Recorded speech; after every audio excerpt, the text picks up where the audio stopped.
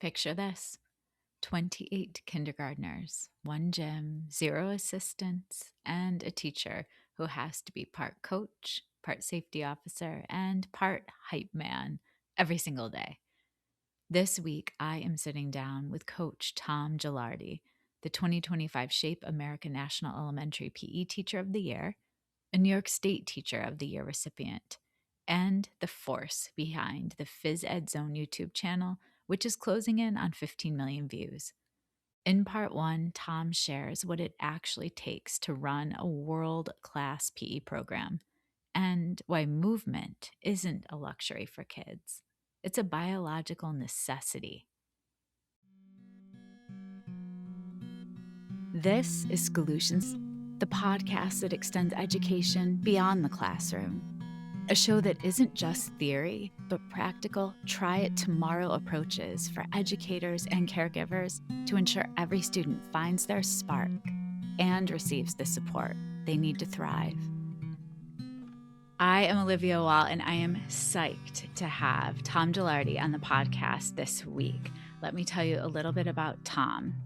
I want you to picture this: 28 kindergartners, one gym, zero assistants, and a teacher who has to be part coach, part safety officer, part hype man every single day.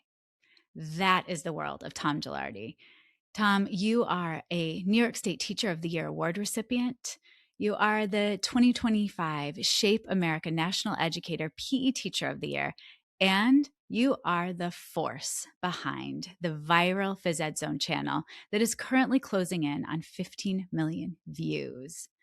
This week, you are going to help my listeners better understand what it really takes to inspire kids to move all year long. And by the end of this conversation, people will understand why PE teachers are the most underestimated people in our school. So, Tom, thank you at 7:30 at night after a long school day for joining me on the podcast. Well, I appreciate you and thank you for having me. Yeah. Yeah, you are so inspirational with your videos. And I know it all began during COVID, but part one of our conversation, I really want to talk about the origin story and the more of the science behind like why our kids need movement. Part two, this episode is going to come out in June. So I wanted to set families, caregivers, babysitters at camps up for success. And you're going to offer some tips of what are the best ways we can get kids moving over the summer. So let's jump into part one. What researcher, who inspires you as a PE teacher? Well, I started my education in exercise science. That's where I got my degree. And I recognized early I had this unique way with children and I loved movement. So I kind of combined the two. And then as I was developing my experience, I was very blessed to have so many mentors. I had Dr. Sean Latter from Manhattan College guide me. I also had some experienced teachers with 25 to 30 years of experience, right? And I've learned so much from them, from as simple the right way to blow a whistle to as how to really connect with kids, not just mentally but physically. And it's been wonderful, and I've learned so much through the years doing that. And I know when you were getting your degree, you were also facilitating or working at a gymnastics studio, and you were told kids just gravitate to you. It's your personality, but that's also a really big responsibility. So, what does that feel like to be like a Pied Piper where all the kids just want to be around you all the time? I mean, it's like the biggest compliment, right? Kids want to run to you. They're excited to see me. It's really a wonderful thing, and it's something I'm not going to take for granted. I really have this unique way around children because I'm kind of like just a big kid myself, and I've learned how to play with them, but also not only just be a big kid, but like a big brother. It's like, okay, we're going to play, but we're going to learn as well, and watch how I do this. And it's really been amazing, and I've learned that you can teach kids anything really through play. And I knew that this if you, and not everyone has it at first, but you work with children for a while, you can develop some skills and you could, but I just had this natural ability to meet kids where they were, regardless of their ability, getting down on their level and bringing out the very best in them and making them feel good and be willing to make mistakes. And that's really been my biggest strength.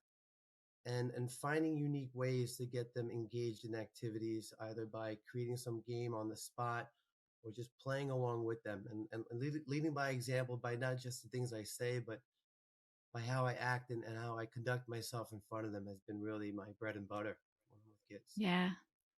I definitely. Take us through a day. Where are you in the world as a teacher? What are the ages of kids that you work with? So I know it's hard to believe this, but I've been teaching almost 20 years now, and I've always worked with elementary students, ages as young as 4 to as old as 10, 11 years old. Um, it's been absolutely amazing. You have to have a tremendous amount of energy working with them. So Yeah. fitness has been important to me. Um, but I find when I spend time with the kids, if I can go through a day where they're learning something and they're laughing and they're having fun, they leave having fun, and the takeaway is something positive. It's been really, really helpful. I take a ton of pride in making sure I create an environment where things not only are they learning physically, but they're emotionally safe. As a PE teacher, keeping the space physically safe is unbelievably important.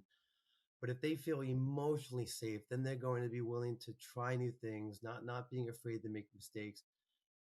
And every kid is unique, no matter what I teach them. If there's always kids that kind of naturally have it. Like if I'm working on a soccer skill, there are certain kids that you give them a ball, they're just naturally moving that ball around. And then there are others that they're looking to pick it up, they don't know what to do with it.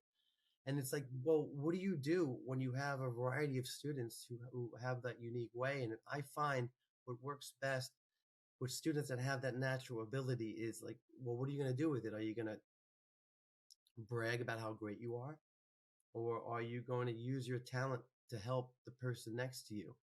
Are you willing to put your ball aside and show the person next to you how you're able to dribble well? Because that's really, in my opinion, how you go from good to great. If you want to be great at something, it's your ability to then help the one around you to make them better. I also think that PE teachers, music teachers, art teachers, you have to be some of the most responsive educators in the building because you're working with a vast range of age groups. And as you're saying, abilities of coming to entering a sport. And so, in the moment, you have to watch the skill set of each of your children. It's also like coaches for sports. And then you have to say, all right, what is the individual next step for this child based on what I'm seeing, even under the umbrella of soccer, maybe form some small groups. So I think there's so many similarities between the gen ed classroom or children in a classroom and the gym of a school building that people just grossly underestimate. Um, let's talk hardest parts. You just alluded to managing safety wise. That is a big challenge. What are some of the specific challenges when it comes to safety? What makes it challenging is that, I have 32 students in my gymnasium, but I also have a coworker who has 32 children. So we have close to 64 students in a small space. That in itself can be a little overwhelming when it comes to kids' safety. And I think it's very important that you have routines, you have expectations in place, and you build those expectations and routines early on. The very first time you greet the kids, you want to bring them to a learning area and sit down with them and get them to buy in on your expectations, but let them guide them and let them think that they had really some say in it. So we would do something as simple as we have to respect this space. And I think that part of that is respecting the equipment. So if I give you a jump rope, is that something you're going to try to pull and break? And they'll say no. I'll say, okay, we'll make that one of the expectations going forward. We have to respect the equipment we work in. And once they buy in, it makes it a lot easier for me throughout the year to hold them accountable because I can say, hey, this is something we had discussed in the beginning of the year. And then we'll have discussions about how to handle students who are making mistakes in class that are affecting others from learning. And it's, you know, what should happen if I'm getting constantly interrupted while I'm trying to educate all of you? Well, what do you think? And a student will say, well, I think you should sit them out the entire class. I'll go, oof, wouldn't want to be in your class. You're very strict, you know? And so I'll say, well, how about we give a warning to you and say, going forward, if you do it again, maybe we'll take a 1 minute break. And they're like, okay, I can do a warning. Now, what happens if it happens again? Well, you can then say, well, I've given you that warning. Now you have to take that 1 minute break and use that time to reflect on your mistake. Do we all agree there? Okay, great. And if it happens a third time, which I really hope it doesn't, then I think it's time to realize you may not be able to learn physically, but you'll still be learning because you'll be watching from the Watching. sideline, taking notes on what we're learning. Do we all agree there? And once they all agree, then I know I have them. And the only thing I need to do going forward is be consistent and hold them accountable when I need to. And that's what children need. They need routine. They need to be held accountable, and we need to develop good habits in them. And I find that if I could find ways to make them develop good habits in my program in physical education, it just spills over into the rest of the academics in the school.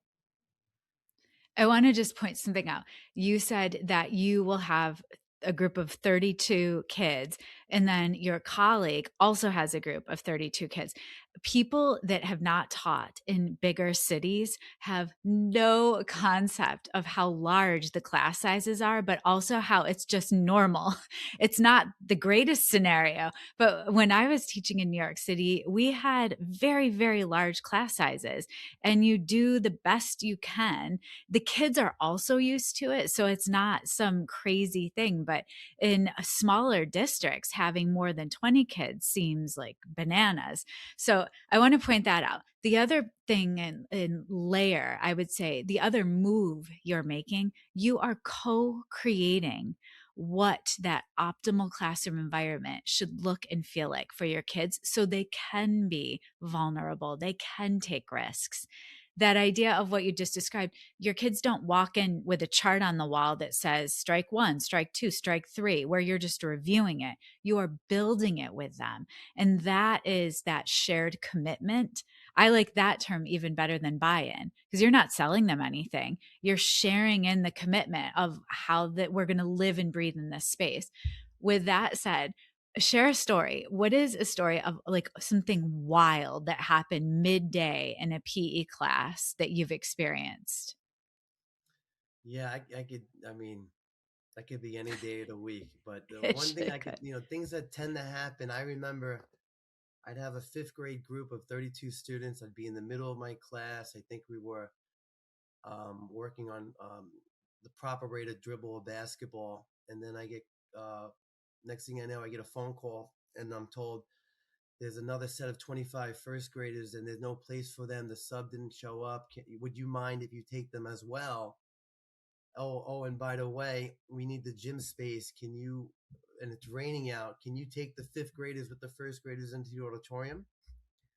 And I'm like, Sure. when? They're like, oh, right now. I'm like, oh, okay, we're doing this. Okay.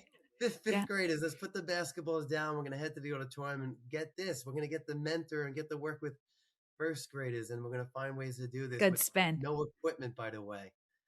And that's just a random Wednesday working in a big city. Well, think of how you spun it. They're going to get to mentor and you're shifting spaces, you're dealing with the weather and these are again people that are not in the world of education just don't know these complete what is it? Wrenches that get thrown in the day that you have to just accept and keep moving forward because the kids are counting on you to not get flustered. It's so much. Yeah, Um yeah. yeah, One thing I'll add, because I couldn't agree more, Olivia. I think if you're an educator and you're expecting kids to want to grow and learn, then what an opportunity, right?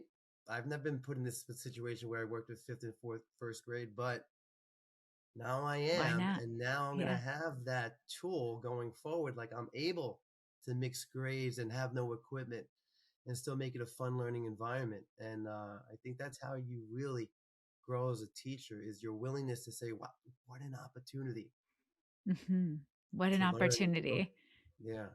And I also think that, I wonder if people truly understand how movement impacts brain development. So I wanted to linger there a little bit. A small fraction of our children, of our population, get the recommended 60 minutes of movement a day. And so I want to just put in an advertisement here for families to better understand. Adults need to move a lot more than we do. A year, 2 years ago, I made a goal, and this is a boring goal, but to get 10,000 steps a day. And I am very cognizant of movement, and I feel a million times better if I'm distracted, if I'm stuck with something. If I get up and do a 10-minute walk or just move, my brain actually, I can feel it flowing. And even if I think I'm not perseverating on what I was stuck with, my mind is freely like, oh, and I come back and sit 10 minutes later and I am unstuck. So I think that's a huge benefit. But talk to listeners. How does movement really benefit child development in a child's brain? Yeah, I mean, you really nailed that. And there's so much research and science behind what you just said. The fact of just walking around and getting some movement before you start doing things academically. I can just speak upon my own experience. You know, if kids kids can get more focused when they move. Um, you know, when I have kids come into the gymnasium, the way they come in dictates how I'm going to get them to move. If they're coming in calm, that shows me that I can get them to go to their floor spots. I can probably spend a couple minutes going over a few things before I get them going. If they're coming in and I can tell they either came from recess or they came towards the end of the day, I can tell they're a little off. I know I have to have some sort of instant activity or some sort of movement as soon as they walk in to get them to refocus. And I think a lot of teachers need to realize is that if their kids are having trouble sitting still, if they're spinning around, or they're just not focused, you're just looking like, how are we not moving on from this particular part of the lesson? They might need a movement break. And very lucky that with my YouTube channel is that I created brain breaks and my teachers have bought in. So every 3 or 4 times a day, they'll put me one of my dance videos on. And the kids will just get up behind their chairs and they'll move. And the teachers have told me that they have them for the next 15, 20, almost a half hour afterwards where they're really locked into the lesson. And so it's it's got to happen more either through a proper quality PE program, maybe making sure you have more time for recess or those movement breaks. It helps kids focus. It helps them with their mental health.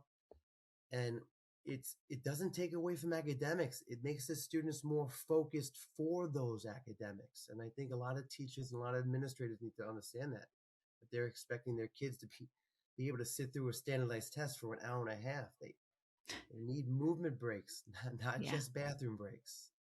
It's also social. It is social. Kids need to talk. They need to laugh and be able to be a little silly and then rein it back in. Adults, I saw a reel the other day, and the person was saying that children get disciplined for behavior they see adults doing all the time. And I thought, well, that tracks. It's true. It's so true. And so, if adults are in a meeting, they ebb and flow with paying attention and talking to their friends and needing to move. Kids need it even more. And I think that PE teachers specifically are so masterful with crafting activities with movement, with partnership, with group work in mind. It's a thing to behold, I'll say.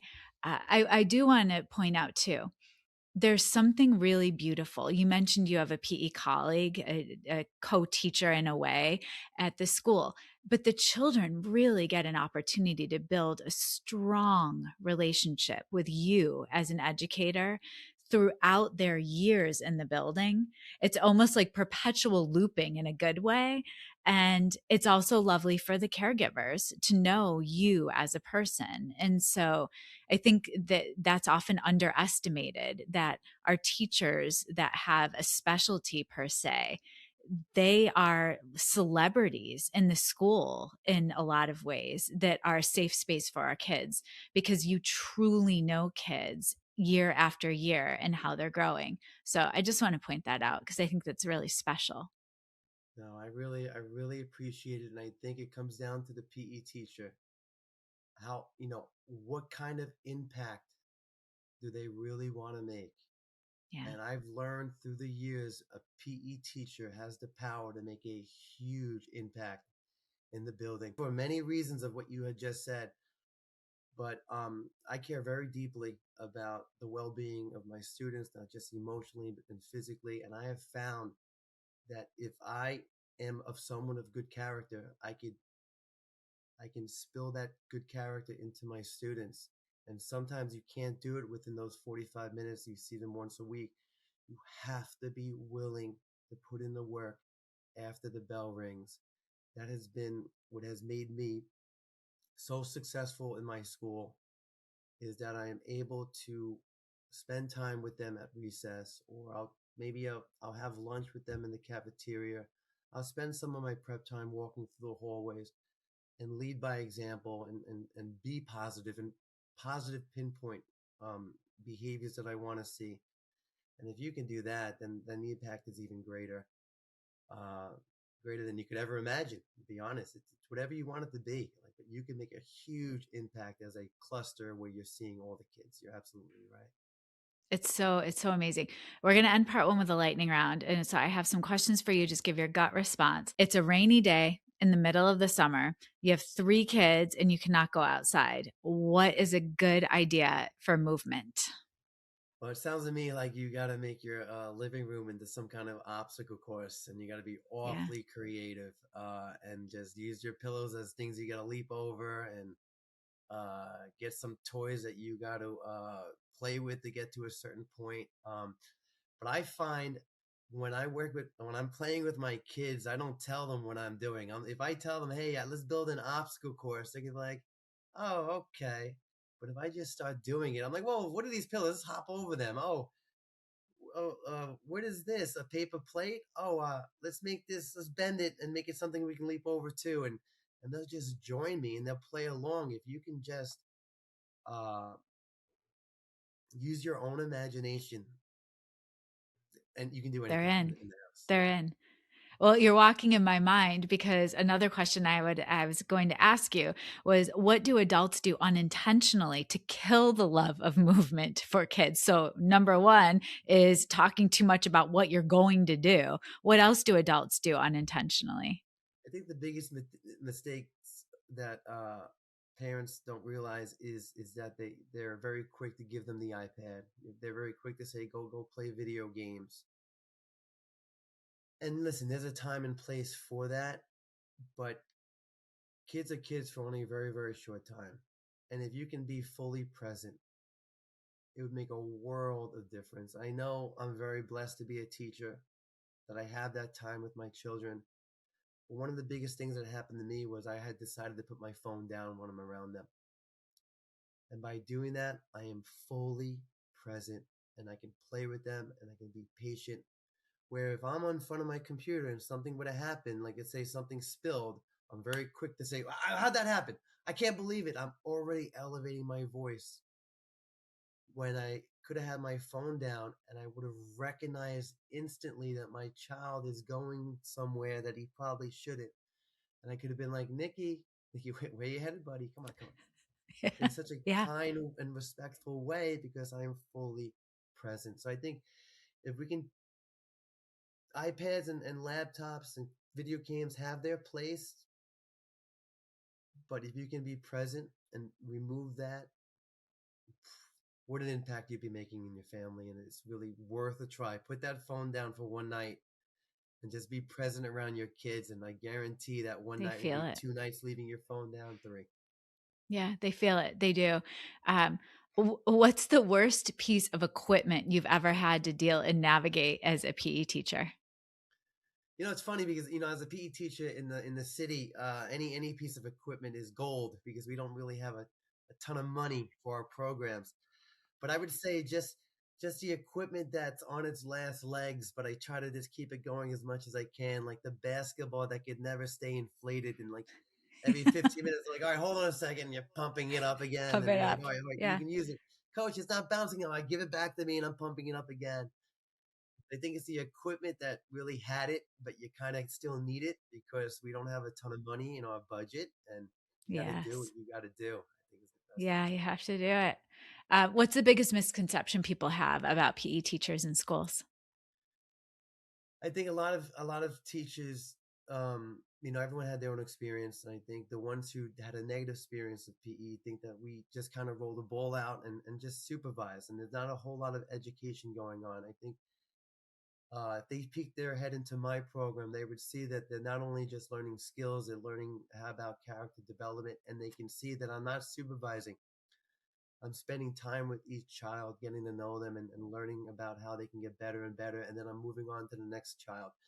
Regardless if I have 30 students or 100 students in my class, I have found unique ways within the short time that I'm with them to have that one on one moment with every child before the class is ended. And it has made a world of difference. And I think if any teacher or person was poking their head into my gymnasium and saw that, they would have a completely different perspective of what PE is all about. Tom, something else I thought about with you that PE teachers, coaches are so masterful with. A lot of research says that we have to give kids feedback so they know how to grow, what to do differently. But the feedback really shouldn't only be based in praise, like, good job, that was great, because it doesn't give direction on where to go next. And so that idea of deliberate improvement feedback, not only are you offering children that one on one moment with you, but you are giving them very deliberate improvement feedback of, I noticed you did this. Why don't you try this next? And your energy is the praise of, like, you have my full attention right now as a 5-year old, 6-year old, 10-year old. So it's this beautiful combination that you do, but you do it so seamlessly. I don't think a lot of PE teachers know that so much research has your back in your practice. There's a lot of research behind that. And a lot of PE teachers miss those moments sometimes and they get caught supervising a little too much when they really could dive in. When I have my students working independently in a spot and they're not really moving around. Now, if the kids are moving around, you have to be like a lifeguard and you have to be on the outside supervising Right. students. But if they're working on their spot and they're getting their stuff done, there's trust there. We've made Mhm. an agreement. You're going to work on your spot. I could turn my back for a moment and help another child because you're working independently. When you do that, what I like to do is I'll show, like, let's say something as basic as taking a beanbag, throwing it in the air, catching it with the other hand, throwing it back in the air, just a slightly over your head, tracking it, catching it. I'll put my beanbag down, and then with purpose, I'll go to the first 6 students to the left of me. And I'll just take the beanbag away for a moment. I'll reintroduce myself if it's a new student. I'll say, hey, what's your name? Okay. You know what it is we're trying to do? You do? Okay, can you show me?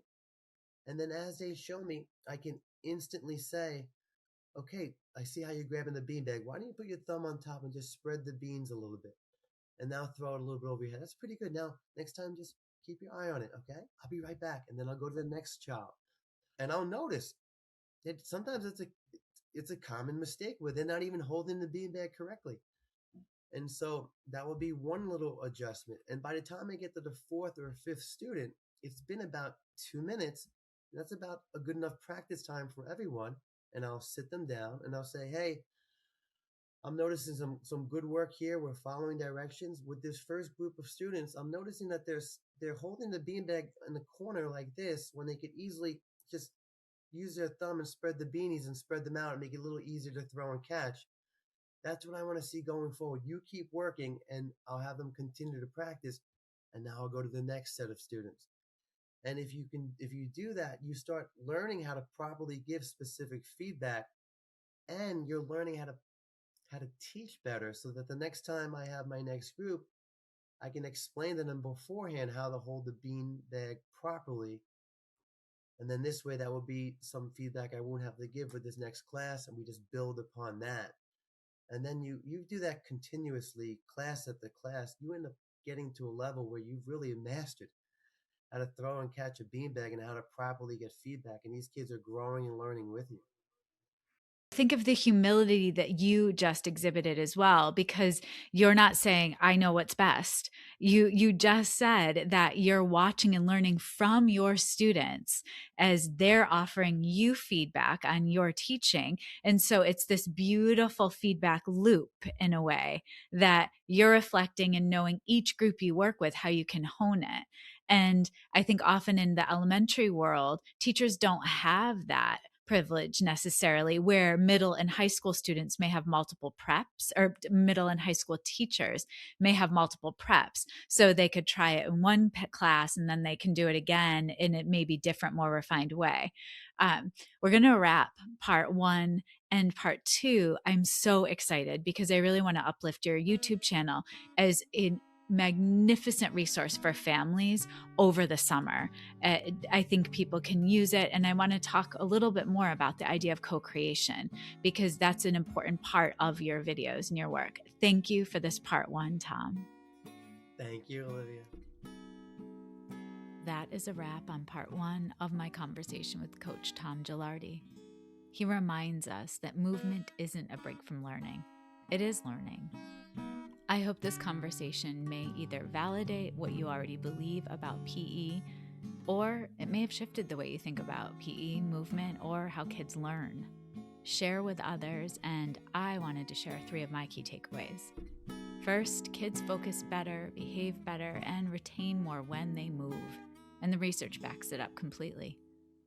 Second, emotional safety in the gym and in the classroom is just as critical as physical safety.